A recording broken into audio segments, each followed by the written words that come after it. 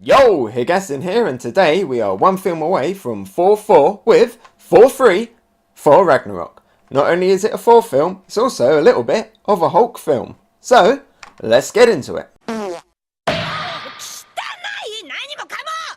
So this film starts out and straight away, you know it's going to be a very different film from the last two Thor films. Thor's locked up in this cage and he's having a good old chat with someone. You don't see who it is. He's explaining stuff that happened in the last film. Really good way to actually deal with all of that backstory. And then it pans over and you find out that the person that he's talking to is a skeleton. And at this point you know, yes, it's a very different Thor film. This is for comedy Thor. And I'm not going to lie, I prefer this. Much prefer it to the last two Thor films. Much prefer this style. We've seen that kind of steady incline where they started to realise that Thor is going to be a good character for comedic relief. And the fact that Chris Hemsworth is excellent with comedic timing and delivery. You know, we saw it a little bit in Age of Ultron. We definitely saw it in that short with Daryl. And so here they've gone full on comedy Thor. And I'm not complaining. You could argue that, you know, oh, it seems like he's a completely different character. But maybe if you look at it from the whole thing, like, you know, the whole MCU and his little character arc, it actually kind of makes a little bit more sense. You know, he started off very much Shakespeare in the Park, you know, oh, I'm going to be the king of Asgard, I'm the best. And then, you know, he slowly became very, you know, more human as he started to deal with the Avengers and as he started to deal with Jane and stuff. And then, you know, he got some tremendous loss in his life. So I personally see it here as he's kind of covering up the fact that, you know, he's got all of this loss. He's got all of this stuff in his mind, you know. Not long before this, you know, his mother died. He thinks that his brothers died. So he's just kind of using this comedy thing as like a facade. But anyway, I love this scene. Perfectly sets up the tone for the movie. I always think it's funny how the skull, the skeleton's jaw, just dislodges and falls off. You know, that skeleton's obviously been there for years, so of all of the times for it to fall off, it just happens to be then. I'm not really sure if that's even how skeletons work. In real life, the skeletons really remain as complete skeletons, or do they just fall as a pile of bones on the ground? I'm not sure, but you always see it in movies. Let me know in the comments below. But yeah, excellent start for the film. We see Thor, he's talking to Surtur about the visions that he's previously had. And they have a good little back and forth. I like how Surtur is so confident. He's kind of like sitting in his chair, just like so confident, almost like a little bit flirty. And Thor does that gag where he puts his arm out to reach for his hammer and it takes a little while he's stalling. And this is, like I mentioned in my Iron Man 3 video, they do it much better in this film than they did the exact same joke in Iron Man 3. The timing is a little bit better. And then Thor gets through and we get straight into the action and the music kicks in and you're like, yeah, this is a completely different film. It really has its own voice. A little bit kind of reminds me more of Guardians of the Galaxy, but that's more in the sense that, yeah, it's this film with its own voice and it has music in it and it's more heavily involved with music and music that we recognise, not just like Marvel music and stuff like that.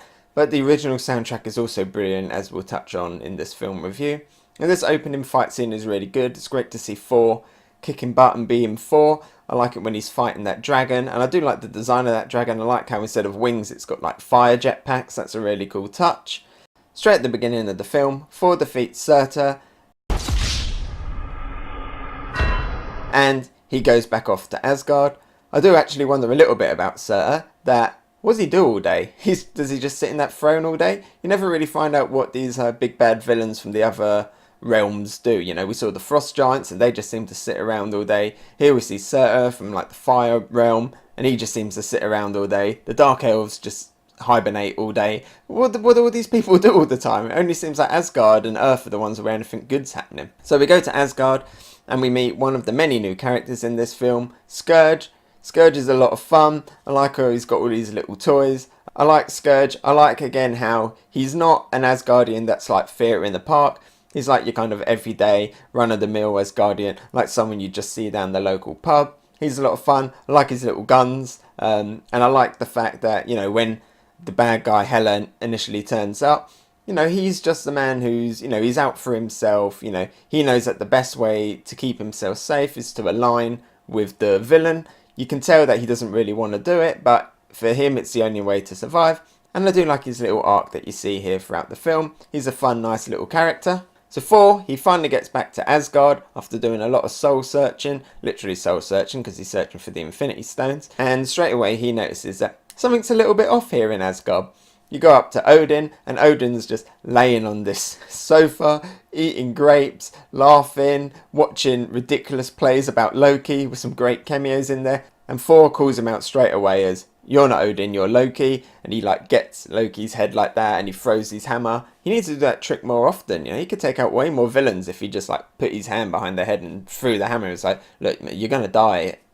This hammer, it's coming back to here, and you're gonna die.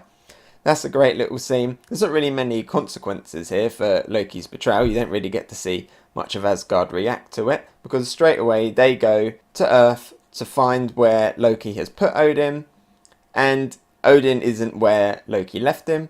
So we get into that end credit scene from Doctor Strange, and Thor goes to visit Doctor Strange to find out where Odin is. Again, this is a great little scene, and what I really appreciate about this scene is this is what a comic book film should be, you know? Thor goes to Earth, he needs to find Odin, so he goes to Doctor Strange to find him, and I like that, you know? If a character is needed to go into a film for a particular thing, do it. You know, that's how it would go in the comic books, so it's great to see that it would happen here in the film. It just makes a little bit more sense and really helps connect all of these films together. And I like that, just cherry picking elements here and there when needed. That's great, and it's a really funny scene. I like how Doctor Strange, you know, he's a lot more confident in his abilities, and he's showing off a little bit. He's teleporting around the room, and Thor just can't keep up. The best shot is when he teleports from the library to the bottom of the stairs, and we just see Thor rolling down the last few stairs. Always makes me laugh. So eventually they do go to where Odin is, and Odin, he's in Norway, sitting on this cliff face. It's a very sweet scene. It's a little bit of a weird scene. I don't know, there's something about it that doesn't feel quite right. It doesn't really feel like they're actually there. It feels like a little bit green screeny. And I find it really odd that Odin's just constantly always looking at the distance. He very rarely looks at his sons. Odin goes full Yoda here and dies. And I'm not too sad about Odin's death. He's been the bane of Thor and Loki's life for the last two films. Pretty much everything that's happened has been Odin's fault. And yet again in this film, he dies and something from Odin's past comes back and affects Thor and Loki. So again, it's all Odin's fault. And that thing this time is HELA. And when HELA arrives, that's awesome. Really like her look. She looks like she's about to do some melodic death metal, and I'm all for that. What is really strange, and definitely took me out of it at the cinema, was the fact that the scene where HELA arrives is completely different to the scene that we saw in the trailer. And again, this is where it feels a little bit green screeny. You know, are they there? Why was the trailer so different? I'm not sure. But we get that epic scene where she catches Thor's hammer and just smashes it in her hands. And this is where you're like, okay, this is a serious villain. Is she like a deep, in-depth villain with big, rich backstory and stuff? No, not really. She is just a villain who's a villain and loving every moment of being a villain. She's full like Yu-Gi-Oh level villains, you know, full on Miek here. And to be honest, I quite like that. You know, I do like the fact that in a lot of recent Marvel films, like Zemo, Vulture, and Killmonger that we'll get into in Black Panther, a lot of the villains, you know, they are a little bit more relatable, they're a little bit more grounded, got a lot more depth in them. But every now and then it is nice to just have, you know, a crazy, wacky villain. You know, it's a comic book after all. And we get that here with HELA, and she hams it up and plays it really well, and I love that. I love how her powers are just, she can just fire off infinite number of swords. Looks really cool, very anime. And it's her who, when they're trying to escape, Loki summons the Bifrost, they're trying to escape, she throws her infinite knives at them and they fall out of the Bifrost, Thor and Loki. And this is where we get into like the main bit of the film that I absolutely love. But first of all, talking more about HELA, she goes to Asgard and she absolutely blitzes it. The Warriors 3 are there and then they're gone. They lose their final fight straight away. I do feel a little bit sorry for the actors. You know, they had to come back to literally die on screen. Some of them didn't even get to finish their one line that they had before they went down. But the Warriors 3 are dead. No loss here. You don't see the Lady Sif, but again, I don't really care. This film introduces so many good new characters that a lot of the old ones I now just don't care about. And it's when we get to Sakaar where we really get to meet a lot of these new characters. So Thor and Loki, but you find out that Loki arrived a little bit earlier on. They have arrived on Sakaar, and this planet is awesome. You know, it's pretty much everything I want from a Marvel cosmic film, and I like how in this film they've really taken Thor into the more cosmic side. It's always been a little bit more of like, oh, the Nine Realms, or, you know, like Shakespeare in the Park of Asgard and stuff like that, more mythology. This one, it's like full Guardians of the Galaxy, full Farscape. It's colourful, it's bright, there's crazy aliens everywhere, and that's the kind of stuff that I really dig. So Thor's crash landed here on this planet, and this is where we get to see Tessa Thompson's Valkrie. Man, straight away, I'm in love. I'm crashing hard. This character is awesome. Straight away, you get the sense that, yes, she's funny, she's badass. She's got some flaws, because, man, she can drink. Asgard is in danger. If people are dying, we need to get back there. I need your help. Finished. Bye. Wow. And she actually does have a cool backstory. Her and Thor, they get on really well, and I really dig her character. She captures Thor and takes her to the next best character, the Grandmaster. It's my birthday! Thor's like in this weird trippy scene where it's like, you're about to meet the Grandmaster, and we meet the Grandmaster, and the Grandmaster is Jeff Goldblum as Jeff Goldblum being the Grandmaster, and he's hilarious. He's completely crazy. You don't know what he's going to do next. You know, 1 second he's talking to Thor, next second he's playing on a keyboard, then he's melting some guy with a death stick. But whenever he's on screen, I'm just having a lot of fun. I even like his little sidekick, Topez. They have a great little back and forth. I do sometimes wonder, how on earth did the Grandmaster build up such a big empire, you know? He has his death stick, but we don't really see any other powers and stuff. I know he's meant to be like a big kind of grand character in the comic books, but we don't really see any of that here. But for what Jeff Goldblum does here, I'm just loving every moment. I could just watch a whole film of him. In fact, we got that other one with Daryl. I want more of that, please. Thor then gets dumped into this arena, like this jail, where he's going to fight in this arena because he's now been captured as the Grandmaster's slave. And we get another 2 character introductions of another 2 characters I really love. And these 2 characters are Korg and Miek. Man, what a highlight these characters were. Was not expecting them at all. I love Korg's personality, how he acts completely different to how he looks. He's so much fun. Miek, sadly, you don't really get as much of Miek in this. I mean, he kind of looks cool, but I wish you got to see him in a little bit more detail. You only really see him from, like, kind of far away full body shots. You don't really get to see him in detail. It was only till I looked at a toy, I think it was, that you saw that he's actually like a little grub in these robotic arms and legs.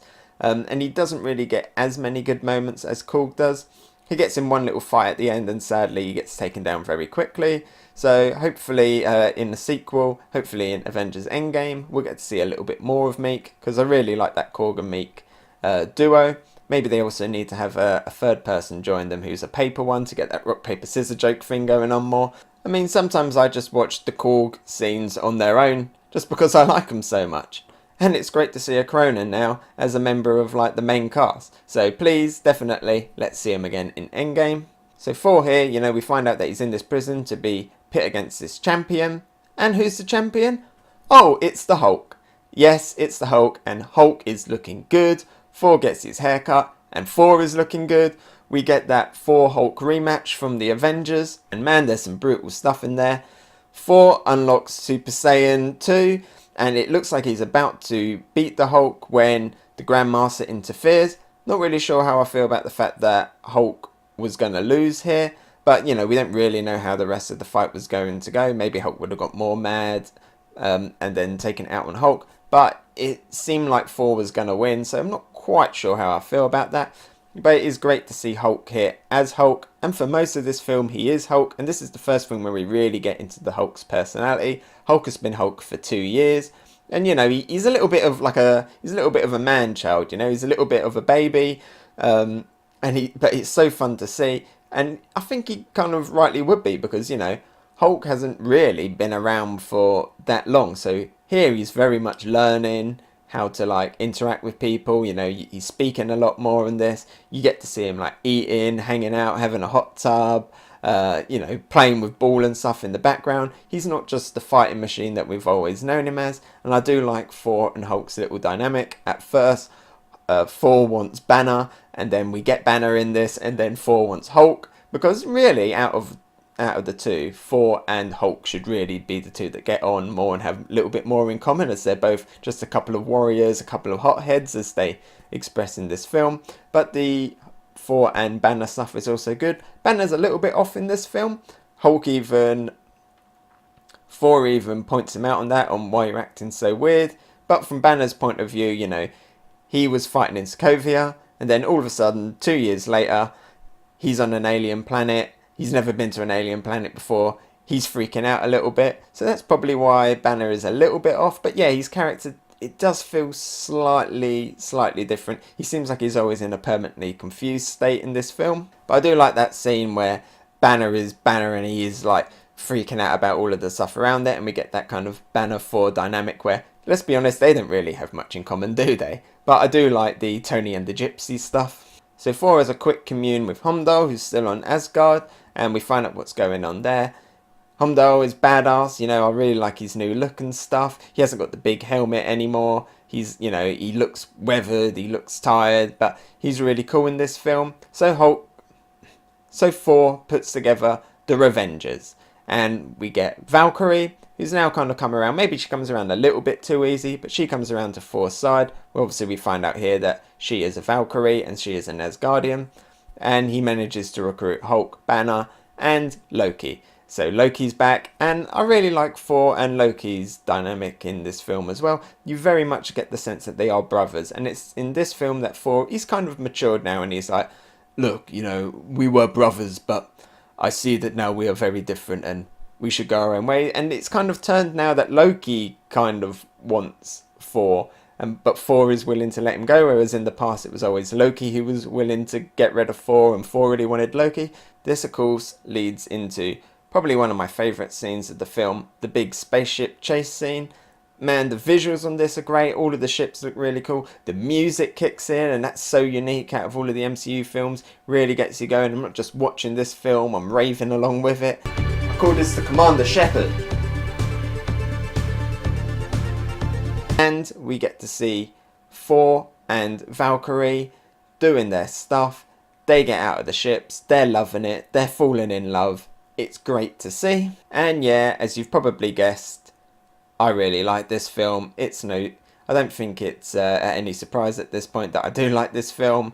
So, you know, what else can I really say about this film? We get into the final fight. A couple of little things in this that I would say I'm not as too keen on. At first, like the first few times I saw it, it was always a little bit confusing where everybody was at the bridge at any given time. You know, they're only on this fighting on the Finn Bifrost Bridge, the Rainbow Bridge, and you know, sometimes they're here and then sometimes they're there, and then all of a sudden they're like that, and then they're in the middle. So sometimes it's a little bit hard to figure out where they are on the bridge. Thor gets to fight Fenris Wolf. He actually gets a win here, which is good. But he does take damage and you see him bleed. Again, I'm not really sure how I feel about that. On reviewing this film again, you do realise that... sorry, Hulk. Did I say Thor? I think I've been getting them confused the entire review. Hopefully you know what I mean. Hulk gets the win here. But yeah, he does bleed. And it's at this point that you do kind of realise that Hulk has been pushed around a lot in this film, you know. Maybe it's the fact that, you know... Okay, the people that he's with, they're all essentially gods. You know, he's fighting all these mythological characters and stuff. But yeah, you do realise that Hulk does get beaten up quite a lot in this film. So hopefully, because we know that Infinity War, he gets a little bit beaten up as well. So hopefully Endgame, he'll get his big moment to shine and a great big good win there. Loki actually summons Surtur, but it was Thor's idea. Surtur destroys Asgard and we get Surtur versus HELA. HELA, is she dead? I'm not really sure. I think it leaves a little bit room for her to come back, which would be great because she was a very fun villain. A little bit upset actually thinking about it that we didn't really get a good Thor versus HELA conflict. That's why I'm hoping she's alive so we can get that rematch later on. But yeah, Surtur destroys Asgard and Asgard completely blows up. What happened to Surtur though? Is he now just floating in space? Because we saw it completely blow up and he was all confident of like, yes, Asgard, this is your reckoning. Did you not realise that everybody was on the ship? He was blowing up empty buildings. But I do wonder what happened to Surtur at the end. It would have been funny just to see him just floating there like, oh, okay. But oh well. So what about the film overall? I think you've gathered I've been saying quite a lot of positive stuff about it. You know, there were them few little moments that I would say that are not as good. You know, a lot of the green screen stuff in this film sometimes feels a little bit wonky. There's quite a few scenes where it doesn't really feel like they're actually in the scene, that they are just standing on a studio. And then there's some little bits on that bridge scene where it's obvious that Hulk takes a little bit of a beating here. You don't get as much Hulk at the end. So, there are, you know, it's not 100% perfect film, but still, I would give Thor Ragnarok. It is a gold tier film. It is beyond gold tier. It is event exclusive. Noir Widowmaker. Loot tier. Yes! I really enjoy this film. It's just my cup of tea. You know, I'm not a serious guy, so when I get a not very serious film like this, I can just have fun with all of the sci-fi elements that I love. I'm having a good time. Welcome to the Rimmer Experience, a place of wonder, excitement, and wonder. You are about to witness some heroic events, which you may well find impossible to attribute to any living person. But then, Arnold J. Rimmer was a deeply remarkable man. He's Arnold Rimmer. Without him life would be much grimmer. He's handsome, trim, and no one slimmer. He will never need a Zimmer. He's Arnold Rimmer. Hey, so thanks for watching. What did you think? Let me know about it in the comments below. And if you enjoyed my video, maybe give it a like, and if you really liked it, why not subscribe? You can follow me on Twitter, Instagram and Twitch. Oh, and here's a related video you might enjoy, and something more fresh. I've been Hegassen, and I'll talk to you next time. Bye!